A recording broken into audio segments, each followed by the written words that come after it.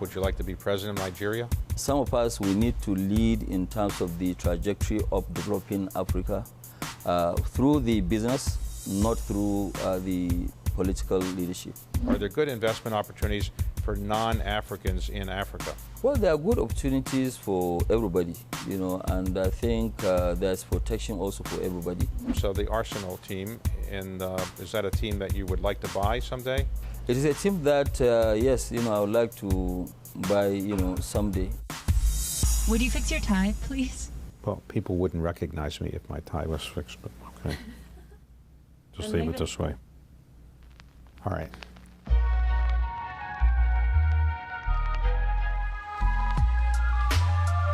I don't consider myself a journalist, and nobody else would consider myself a journalist. I began to take on the life of being an interviewer, even though I have a day job running a private equity firm. How do you define leadership? What is it that makes somebody tick?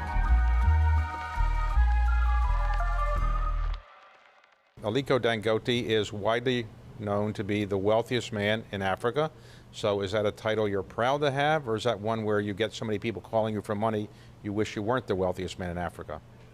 Well, first of all, thank you very much, David. It's great to be here, you know, and also seeing you today. Well, you know, when they call you the wealthiest person in Africa, you know, it comes with a lot of baggage. Of course, there are so many demands here and there, where people now come up with so many different, you know, demands. But it is good because I'd like to give back to the society. So right now you are involved in many philanthropic endeavors in Africa and elsewhere. Let's go through some of them before we go to how you actually made all of this money. So recently you had an event in New York, where we are now, with Mo Ibrahim, also a wealthy African business person, and Bill Gates, in which you provided a fair amount of money for the African Center in New York, in Harlem. What is the African Center, and why did you do that? Well, we did the Africa Center idea started with, you know, Chelsea, Clinton, Hadil, Mo Ibrahim, and my daughter Halima. My daughter Halima joined them later, and we realized that, look, we need to set up this Africa Center. We need to make it you know, a reality. First of all, you know, for us to be able to project Africa in a better light, you know, bringing Africa to the rest of the world. You know, especially when you look at, you know, the third week of every September, we have the United Nations General Assembly, where the entire world converges in New York. And what we want to do is to tell the real narrative of Africa and tell the rest of the world what Africa is all about. So this is now to do with policy, business, and culture. You know, because sometimes, you know, I mean, especially, you know, Americans, they don't really understand much about Africa. You know, somebody will say, okay, well, both you Africans, you know, what kind of language do you speak? For example, in Africa, we speak about 2,000 different languages. Well, that's a lot. That's a lot. So right now, one of the big problems in Africa is health, and you've been very involved in trying to eradicate polio in Nigeria, along with Bill Gates and his foundation. What is the progress that you've made to date? I think we've done quite a lot. You know, the progress has been very, very tremendous. In the last 3 years, we haven't really had any wild, you know, virus of polio. And hopefully, when we work hard between now and the next 6 months, by April, we'll be certified to be polio-free country, which means the entire African continent will be polio-free. Now, one of the things you're doing in the philanthropic world is building a hospital in Nigeria. Why do you feel a need to build a new hospital? I think we need to build a world-class hospital, because when you look at it in Nigeria, we spend quite a lot of money, where a lot of people go abroad for medical checkup, for medical operation. Then what we are trying to do is to give that hope to the population and say that, look, you don't need to travel abroad. We will be able to treat you there. Now, for those who may not be familiar with Africa, Nigeria is the most populous country in Africa, is that right? It is. And it's growing at a very large rate in terms of its population, is that? Yeah, about 3%. Yeah, we're growing at about 3%. So if at the current rate, at some point, more people will be in Nigeria than in the United States. Well, by 2050, will be at about 450 million population, and I'm sure we will be way ahead of the States. We'll be about number 3 after China, India, and then it will be Nigeria in terms of population. So by 2050, you could be the 3rd biggest country in the world by population at the current population growth rate. So does that make you nervous about whether Nigeria can house and feed all these people? It doesn't really make me nervous because we have massive arable land, we have a lot of water, we have the right climate. So when you look at it, the major contributor to our GDP in Nigeria is agriculture. So I think we just need to tilt a bit and change from the normal oil reliant economy to agriculture and manufacturing. So Nigeria is known as well for having large oil deposits. Is that a major contributor to the Nigerian economy? Is that the major source of wealth in Nigeria? It's not the major source, but it contributes 90% of the foreign exchange that we have. And we also, the 60% of the government's revenue is also coming from oil. But I think the government is doing quite a lot to try and diversify the economy by trying to structure their own taxes, because we need to make more money from the taxes. The taxes, generation in Nigeria is a bit low. So I think government is working very hard to make sure that, yes, they adjust all these numbers. Now, as the wealthiest man in Africa and the wealthiest man in Nigeria, do you get pressure to run for political office yourself? Would you like to be president of Nigeria? I think I'm doing a great job where I'm right now, so I don't think I need to be in a political space. Some of us, we need to lead in terms of the trajectory of developing Africa through the business, not through the political leadership. Let's talk about how you made this amount of money, which is by far the largest amount of money that any individual has in Africa. So you came from a wealthy family or not a wealthy family? I came from a wealthy family. My late great-grandfather in the 1940s was actually the richest, West African. My late grandfather was one of the wealthiest Nigerian. The family name is Dentata. That's from my maternal side. My father too, was fairly rich, but he was both, in business and also in politics. But David, one thing that I'm very, very proud of is that I did not inherit any money from my father. I built everything from scratch to where I am. So your father died when you were relatively young? Yeah, he died when I was 8 years old. So he didn't leave in his will a large amount of money for you? Well, he left in the will, but, whatever that I inherited from him, which means in assets, I gave that one to charity since then. Okay, so did you go to college in Nigeria? No, I went in Egypt. Egypt, all right. And what did you study? Business. All right, so you graduated at what age? I graduated at about 20 years old. All right, so you went back from Egypt to Nigeria? Yes, I went back, and then what, did you get a job? What did you do? I started work with my, uncle, but there's a few months, and then I went to Lagos, and now I started my own business by just, buying cement, selling. It was just a very low-key business. All right, so you're 20, 21 years old, you're buying cement, you're a trader. I was trading, yes. You're not making cement, you're trading it. I was trading at that time. Now, cement is your main business. We'll talk about it in a moment, but why is cement such a big part of Africa's, wealth? Well, the issue is that when you look at cement, cement is what builds infrastructure. And we need a lot of infrastructural deficit. In Nigeria alone, we have about 17,000 deficit of housing. And it is all over in, Africa. So when we started cement in Nigeria, we realized that majority of it was actually imported. And that is why we went in there, we started, and it's a long story. So you ultimately were trading cement, and then was it hard to get the money to keep that business going? No, it wasn't really hard. At that time, I was buying domestically. We started importation in 1980, because I started business in 78. So by 1980, we started importing sugar, rice, commodities generally. And then we stopped the cement business because the cement I was actually doing local trading. It wasn't really import business. We started import of cement in 2000. Okay, so you had a cement trading business. Somebody thought Lafarge may be buying it. You decided not to sell because they wanted control. And you then decided to build your own cement manufacturing business, is that right? Yes, I decided in 2003 to build my own cement. That time, Nigeria was only producing about 1.8, 1.9 million tons. But we went ahead and started with 5 million tons of cement capacity. So what year was that?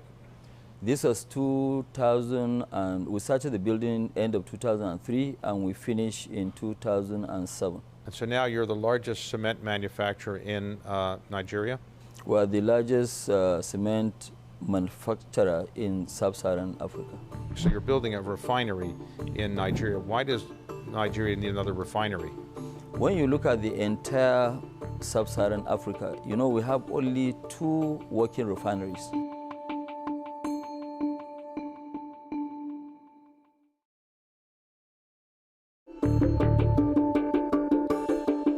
So the cement business is the core of your wealth and your company, but you're now building other things. So you're building a refinery in Nigeria. Why does Nigeria need another refinery?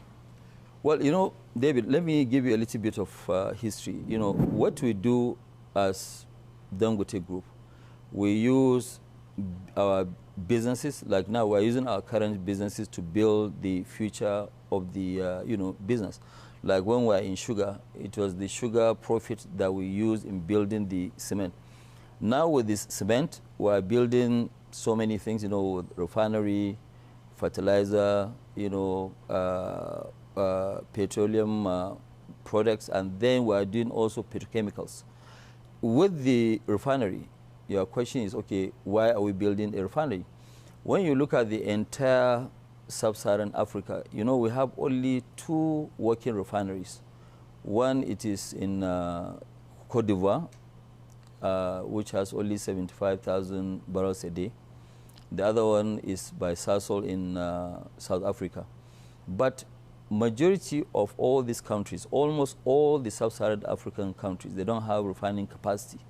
So all of them, they export their oil, but they import products. So we realize that majority of the foreign exchange spendings of Nigeria goes to petroleum products imports. So Nigeria is exporting its oil and then it has to buy refined oil products back, imported, right? Yes. And what you're doing is you're building one of the largest refineries in the world? It is the largest single line in the world. It's 650,000 barrels a day. Sorry, 650,000 barrels a day of refining capacity. So to do that, do you have to borrow some money, or where did the money come from to build that? Well, what we are doing right now, we are borrowing from the commercial banks. We are also borrowing some money from, some financial institutions like the, African Development Bank, the development banks, financial development, banks. We are borrowing from, African Exim Bank. So many companies outside outside of Africa would like to invest in Africa. Where do you recommend that they invest? In Nigeria, South Africa, Kenya? Obviously, you're probably partial to Nigeria, but are there good investment opportunities for non-Africans in Africa? Well, there are good opportunities for everybody, and I think there's protection also for everybody. As we speak today, even foreign investors. Let me give you an example. In Nigeria, if I have a partnership with you that I'm investing, I won't have what you call minimum taxation. But if the company is owned by myself alone, as a Nigerian or Nigerian entity, we have a minimum taxation. So there's quite a lot in terms of inviting foreigners to come and invest in Africa. But countries that I can suggest for people to invest, one of them, of course, Nigeria. Ghana is a very good place to invest. Cote d'Ivoire, Kenya. Kenya is also a very good place to invest. Now, I first met you a number of years ago when I was raising my firm's African investment fund, and you invested in it. Yes. And today, the bloom seems to be off the rose in African private equity investing. It was very attractive to many people 4, 5, 6 years ago. Today, it seems to be less attractive. Is that because the economies in Africa have gone down a bit, or what would you say is the reason? Well, I think most of that reason, I think, is to do of, first of all, lack of understanding of where to even invest. You know, I mean, look at the investment that were made with you. I think I can say that 90% of whatever we invested in, we are doing very well. So I think it is where you should invest. Even myself as an African, I cannot invest in every single sector. So I have to be very choosy of where I invest. And, you know, there's a lot of, you know, wrong perception. You know, people read stories from newspapers and they believe what they are, you know, reading. But I think, you know, as we go along, you know, there are quite a lot of changes in most African countries to try and change in terms of, you know, focus on the economy. Now, you live principally in Lagos, is that right? Yes, I do. And how many people are there in Lagos? In Lagos today, we have about 25 million. 25 million people? Yes, in terms of population. I know it's a very small... So getting around in Lagos, which I've tried to do, is not that easy, though getting around in New York's not that easy either. But, for example, when you get around, do you have like special police cars that take you around? How do you get around Lagos? Well, I get around in Lagos, yeah, sometimes I have, you know, police escort, but not all the time. Okay. Over the weekend, I drive myself. You drive yourself? Oh, yes, I do. I drive myself. And people stare at you and say, there's the wealthiest man in Africa driving himself? They do sometimes when they recognize, you know, the person driving, yes. So do you go to a restaurant by yourself? Do people come up for selfies or they ask you for money? They don't really ask me for money, but even here, anytime when I go to places, you know, to either eat or to, you know, I get a lot of requests for selfies, for, yes, you know, it's normal. Now, you have some outside interests. One of them, I think you're interested in what we call in the United States soccer, but other people call football. So the Arsenal team, and is that a team that you would like to buy someday? It is a team that, yes, you know, I would like to buy, you know, someday. But like what I keep saying today, we have $20 billion worth of projects. And I think that's really what I want to concentrate on. You know, I'm trying to finish building the company, and then after we finish, maybe sometime in 2021, you know, we can... so you're not buying a team right now? I'm not buying Arsenal right now. I'm buying Arsenal when I finish all this project, because I'm trying to take the company to the next level. What are the attributes that you think you have brought to the table which make you successful? I think the most important one, number one, David, if you are going into any business, you must understand the business A to Z. You must know that business.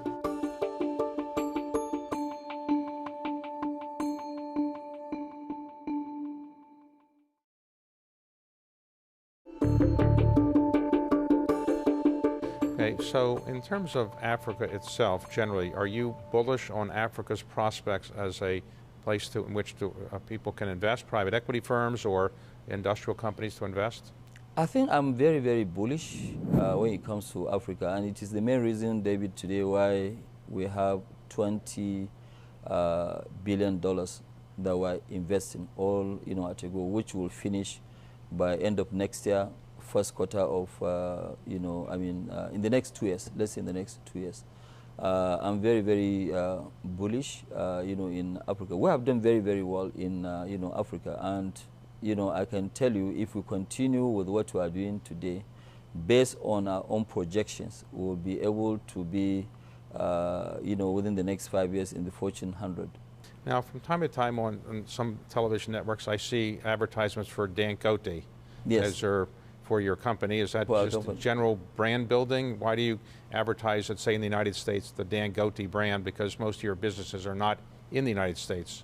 Well, you know, it's a brand building, and like what we have planned to do, we are not going to remain dominant only in Africa. You know, we are going to invest outside Africa. Because what we are doing right now, you know, David, we are investing, yes, mainly in sub-Saharan Africa. But if you look at what we are building, today, we have a company that has revenues of $4 billion. In the next 2 years, we'll have a company that will have a revenue of about $30 billion.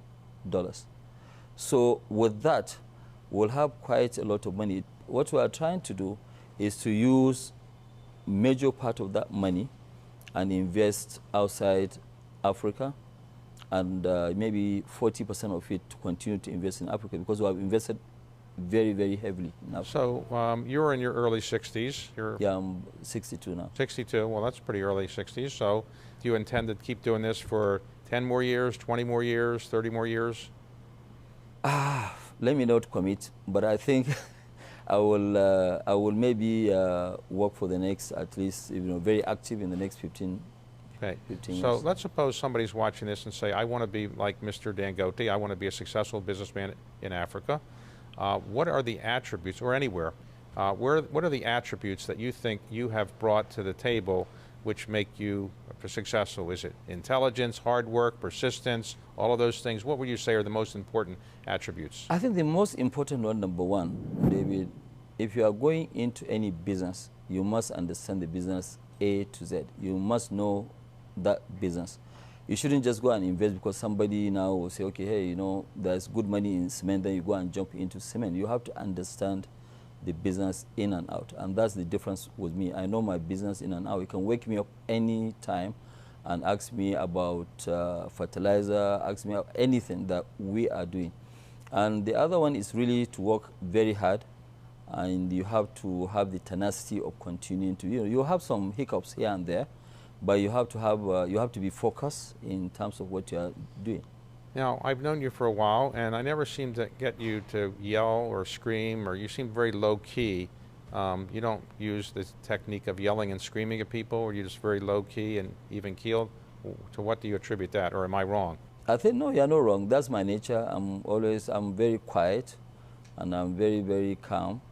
I get upset sometimes when people try to be, either to outsmart me, or I don't like people who will not tell me the truth. I always like people to look at me through, and tell me the truth. So are you investing any in the United States?